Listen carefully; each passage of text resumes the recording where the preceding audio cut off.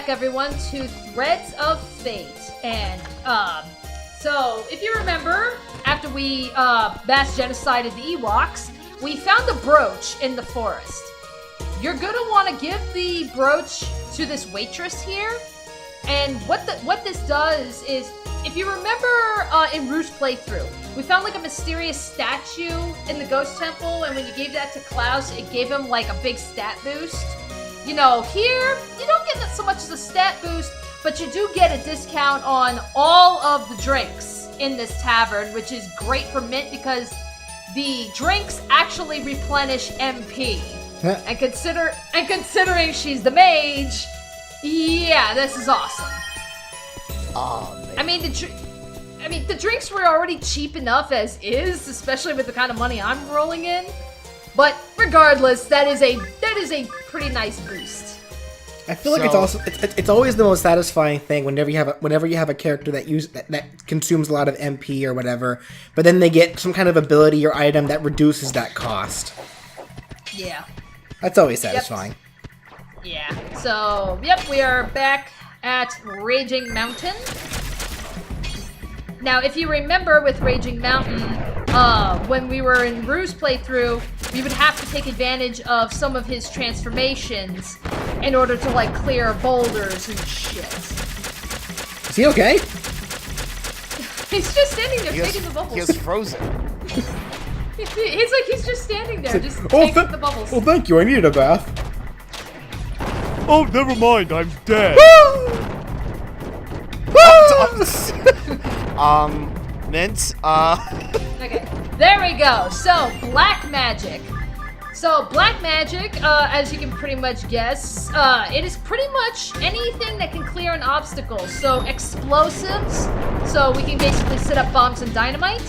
But it can also count, I guess, as what you could call, I guess, dark magic. Because there are some spells that are not meant to, like, clear obstacles. I wouldn't guess that, actually. Usually, when I think of black magic, I normally kind of default that to, you know, being, like, the fire, thunder, blizzard kind of spells. Like, that kind of deal. I don't really think of bombs. It's like, yep, but that's what black magic is in Threads of Fate. It's, you know, now she can cast bombs. Well, yeah, because in this case, you know, fire is the red magic, the water is the blue magic, and all that such, so... Yeah. So just skipping right along, and yep, we have pretty much our last rematch here with Duke and Bell. Yeah, now unlike in Rouge's playthrough where, you know, we fought these guys and then, for the most part, we, like, seldom ever saw them again throughout the rest of Rouge's story. Not the case here with Mint. So yes, this will be the last time that we are fighting them, but Duke and Bill are still going to be very prominent throughout the rest of the story. Alright. You shot me with your words! Ow, my feels. Damn. Ow, my everything. Just shrug that off. That's stress wrinkles! Those are stress wrinkles! And mind you, so she's 30 if you round down. It's like, again, I ask, what are you saying? You're saying 30 is old? She's old compared to Mint. I guess, but still, that's like, God, it's like 30 is old, man, I'm fucked.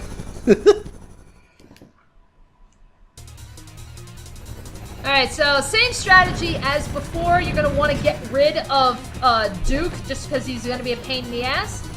You're going to want to kick Belle, you know, right off of her little robot.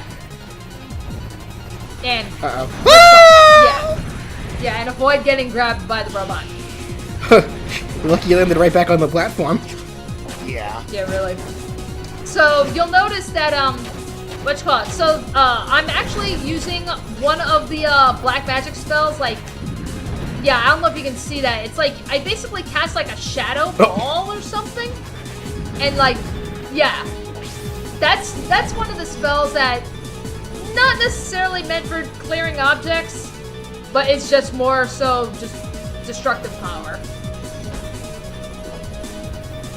That reminds me of something from a video game. It looks so familiar. Like, the idea of a slow-moving ball that, you know, it moves very slowly, but it racks up a lot of damage as it keeps hitting you. Yeah. I feel like I've seen that in something else. I'm sure I have. Like, I can think of some instances where games have, like, you know, a very slow-moving ball that follows you.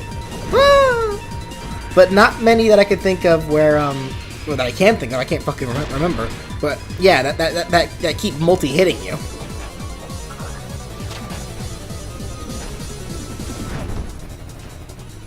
It's like, okay, she just needs, like, one more hit.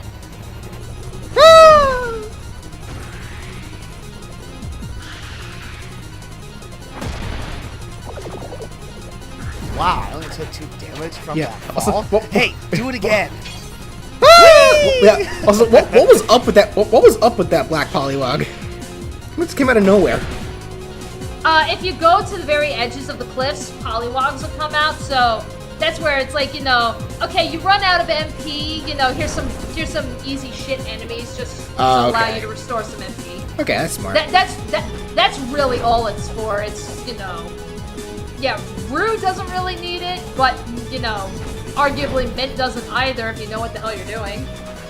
But, you know, just in case if you do happen to run out of MP, that's why the polywogs are there. Why'd she get off the machine? I have no idea, but regardless. Worse than okay, it's worse than Adeline in Kirby 64, where when you beat enough for a painting, she just jumps down and tries to kick your ass herself, only to get killed in one shot. Okay, clearly grabbing her and throwing her off wasn't really doing much. Okay, you know what? Fuck this. I'm gonna get up close and personal. Yeah, mano a mano. Let me try magic. Let's see if that helps. Yeah, of course, it doesn't help when she has that stupid shield spell. Yeah. Ow. Well. Alright, so that's that battle. Well, bye. That happened. Anyway, moving on.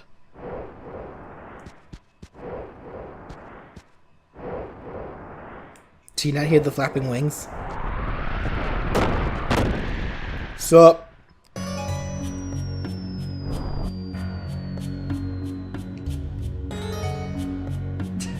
I love it. She's just like, he's like, you disturb me. That's all you have to say. It's like, really? It's like, really?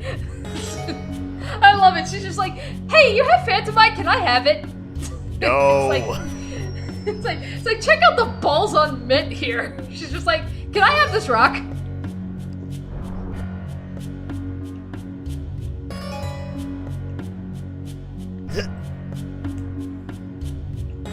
What?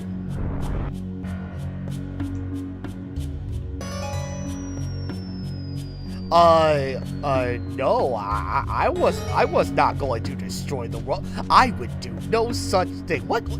Why would you assume such a thing? I want to rule the. I don't want to destroy the world. I want to rule the world. The answer is still no.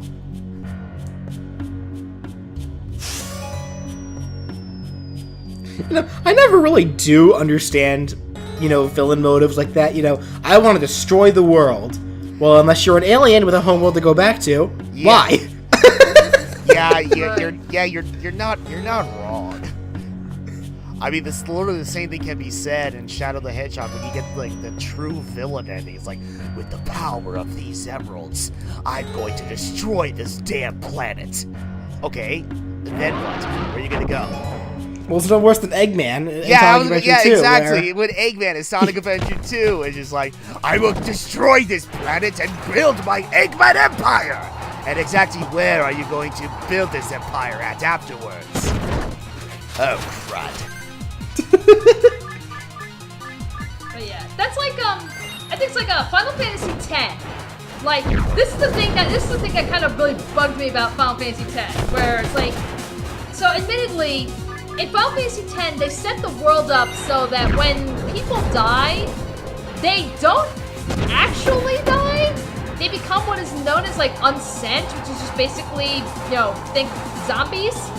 And the only thing that can, bring a person at peace is if a summoner performs this sending ritual. And when they perform the ritual, that's what allows them to basically, rest in peace, go to heaven, hell, all that other shit. So, the motive of your villain in Final Fantasy X, he's so out of his fucking mind that he's saying, Sarah, the world of Spira is just so fucked, and nobody wants to suffer. So I'm going to basically kill everybody, make them, zombies, so that they never have to fear death.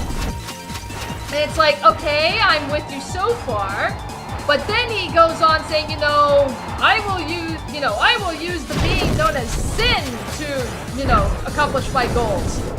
Sin's already kind of destroying the world already. Why the fuck does he need you?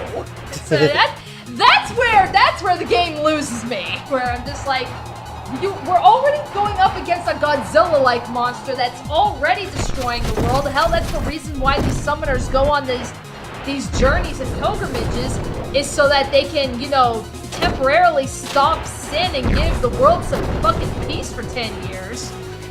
And then it's like, you have Seymour, he's like, I will use the power of Sin to destroy the world. It's like, why?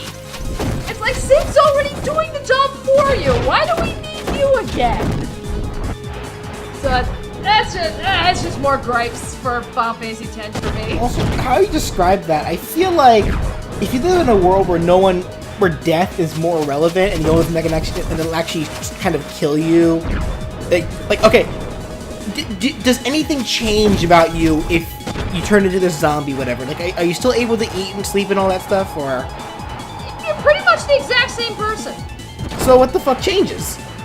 I know. It's like, really, it's like, I know, seriously, everyone should do it. Like, so then really, you don't really have death to fear. You have the fucking like summoner spirit chan, whatever, to fear. That's what you gotta worry about. Wait. If you die, okay. do you become like immortal? Like, for a second, do you continue aging, or? I thought I blacked insanely for a moment there. Oh, okay. Oops. Danny? Okay. There we go.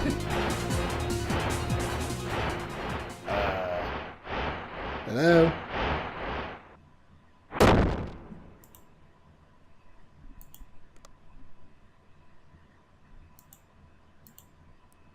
Oh. Hello? Wait. Hello? Yeah. Okay. That was weird. Was there a disconnection? I guess? I think so, cause it's like I was I like there was silence for a moment there. I was talking for a little bit, and I was just like, guys. Yeah, I was talking for a second too, and like no one was responding. Huh. Okay. Thanks, Discord. That's okay. Well, that's why we have a recording. Right. I guess that'll be some fun editing for you to do. Some really awkward commentary. So in the meantime, Mid got a rock. Aye, rocks are the best. Huh. You know what I still want to do? I remember a while back, I was trying to make like this list of 100 reasons why rocks are awesome. And I got very close, but then I just stopped working on the list for a while, and now I probably lost it.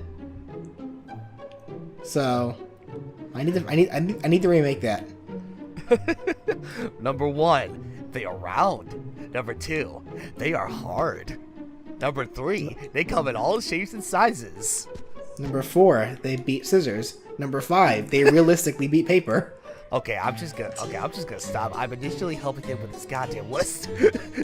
Number 6, Dwayne "The Rock" Johnson was one of the best wrestlers and actors of all time. Number 7, according to Majora's Mask, they make you invisible.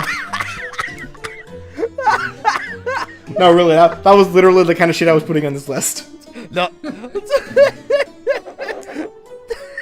No. Number 8, rock tends to be the best genre of music. Oh yeah. It is. It's like, I wholeheartedly agree. Shadow the Hedgehog is a fucking liar, though.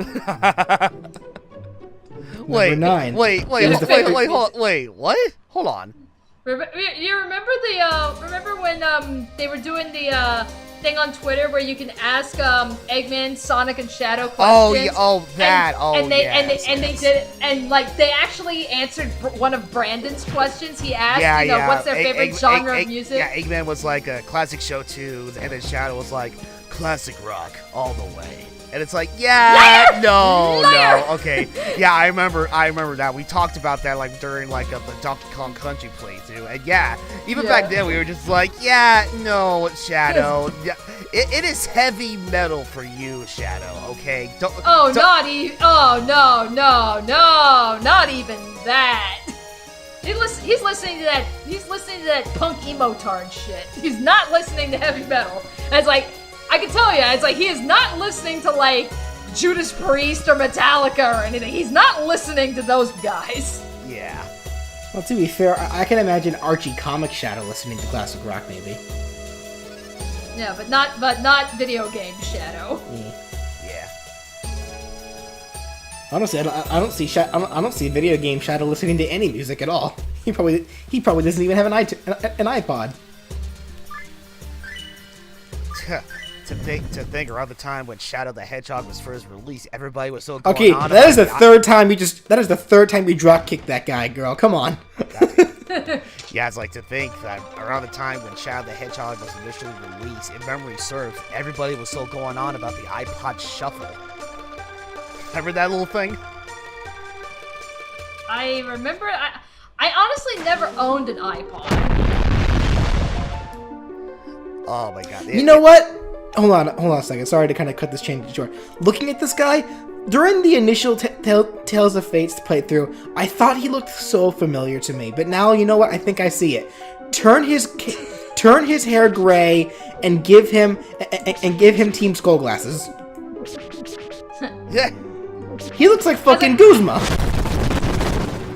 I just love that little bit there where he's like, porcupine head, and they're like, what? And it's like you just see these little porcupines just walking around them with the spikes and everything. It's like, I just love that little bit. I mean, it's so stupid, but you just can't help but chuckle. Y'all are stupid. Y'all are stupid. Oh god, you know what? Actually, I need to pick back up on the Sun Moon anime pretty soon. But I have a feeling Guzma's actually gonna start making an appearance, hopefully very soon, and I'm gonna get really excited when he does. Oh man. Okay.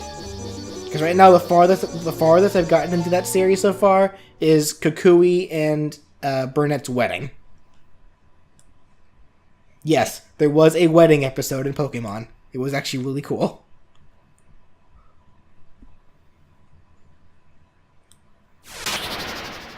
Show me what you've got.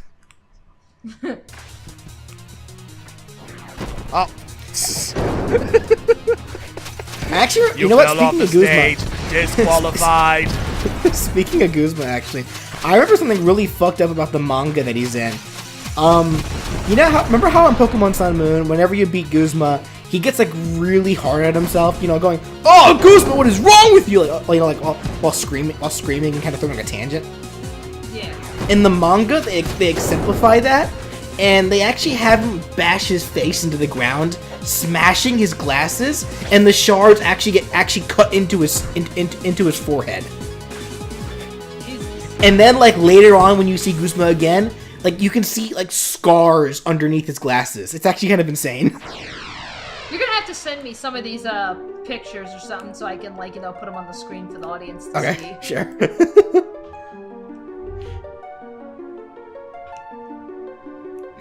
You piece of crap.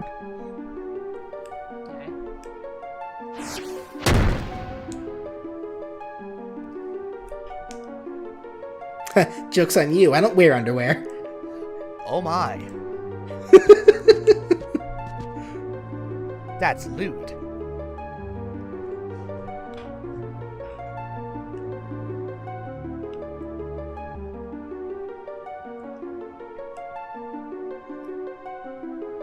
Oh, okay.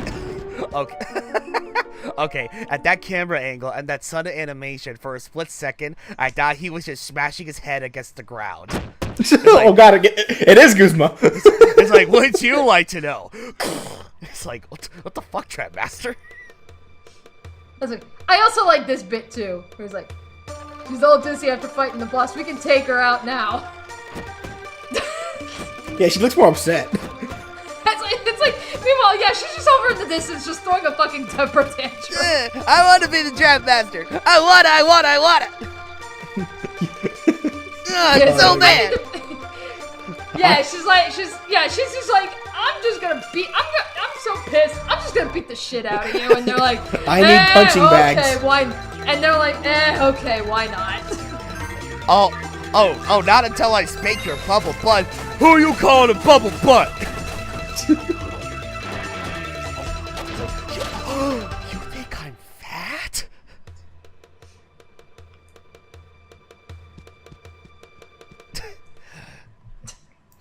Yada does It's like, oh, Mint. Mint's one of those people that really needs, like, you know, one of those giant, like, punchy things that you punch in her bedroom or something. Right. Like the things you normally would see at gyms. Like what? Those inflatable, like, punching posts or something? Either like the ones that you hang. Or yeah, I see what you mean. punching bags. Yeah. Yeah, the punching bags. Oh, hi, Roo. Great, the Killjoy is back. Killjoy. Game over.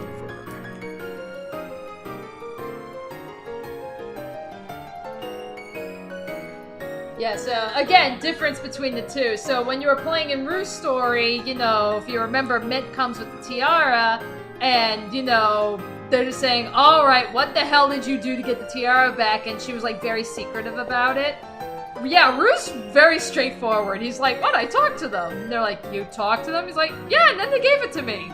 Oh. And that is technically what happened. Shit. Yeah, because, like, you know, Mint and Rue's story, like, you know, she came up with, like, this whole scheme and everything about how, you know, yeah, I'm gonna work with Duke and Bell, you know, I'm gonna use everybody so that I can go in and I can get the relic right underneath, right from everybody's noses. And it's like, yeah, nope, here Rue is just like, look, I just told them why I want the relic, they felt sad, and, well, okay, they gave the tiara to me.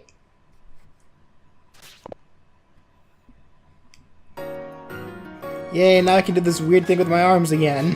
Yay!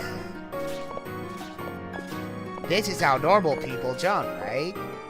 I mean, his arms flying back like that makes sense when he jumps forward, like with forward momentum, but when he's hopping in place, they shouldn't be doing that. They just use the same animation for hopping in general. I gotta try that. I mean, I would make the argument that, you know, he's technically a doll, he's not really human, so I don't know, would that necessarily make a difference? I don't see why it would. I mean, he still seems to move just fine like a human, like unless he doesn't have any proper joints, like, which it seems like he does. Yeah, that's where I'm just like, not sure. But again, he's supposed. Remind me, he's supposed to be the same thing as Rue, isn't he? Yeah, he is a doll. Yes. So then, yeah, like, and Rue doesn't have that bullshit going on with him, so I don't see why Prima Doll would. Well, to be fair, even though both Rue and Prima Doll are dolls, they were made by different people.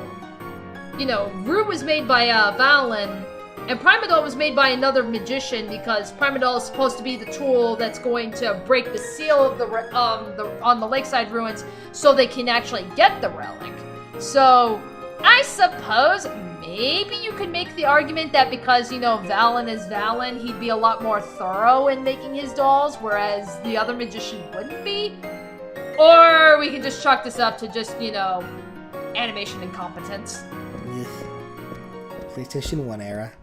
Mm-hmm. Yeah, but PlayStation 1 era plus, you know, early Square and everything. But regardless, you know, join us next time. The next video is, if you remember, the bulk of, pretty much like all of the next video is, no dungeons or anything. This is where we gotta, like, do all the exposition dumps, go babysit Prima Doll, that boring shit, because, we gotta fucking pad out the game somehow before we can get to the lakeside ruins.